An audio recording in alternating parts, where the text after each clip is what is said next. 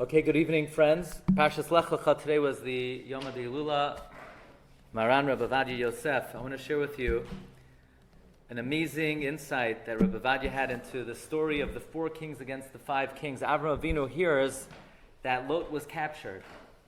So the question is, okay, Lot is captured. Good, it's his fault.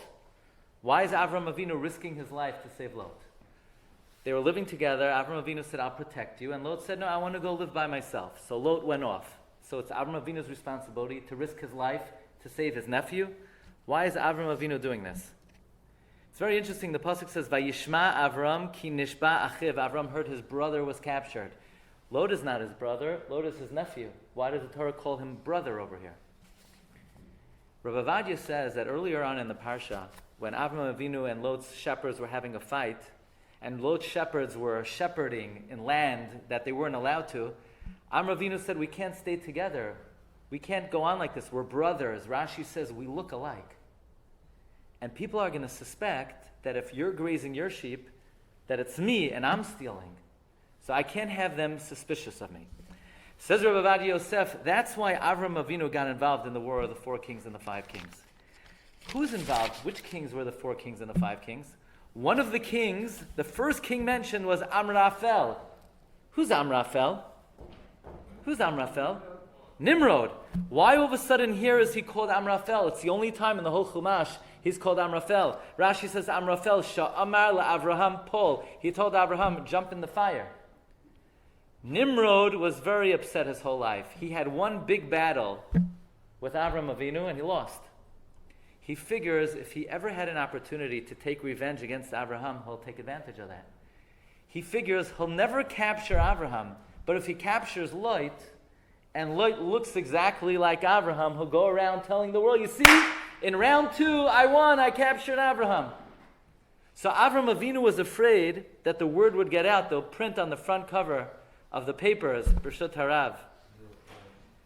They'll print on the front cover of the papers that Avraham was captured because Avraham looks exactly like Lot.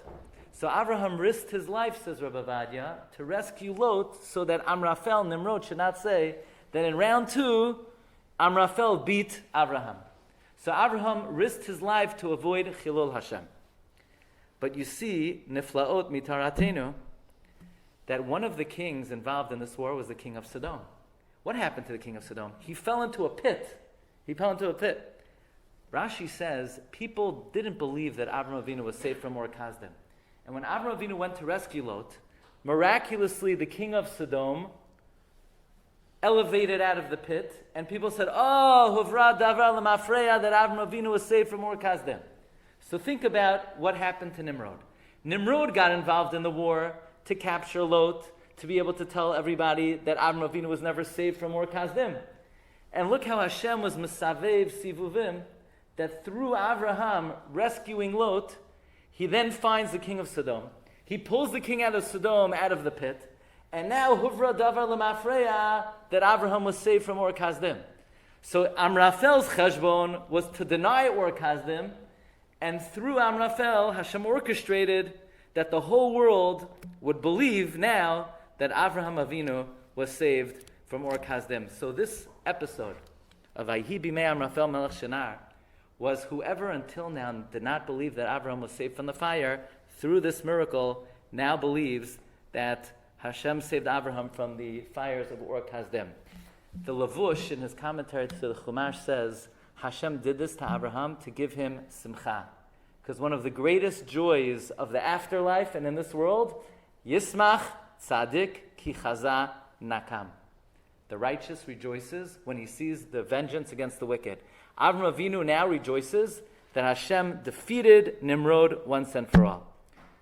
Thank you very much.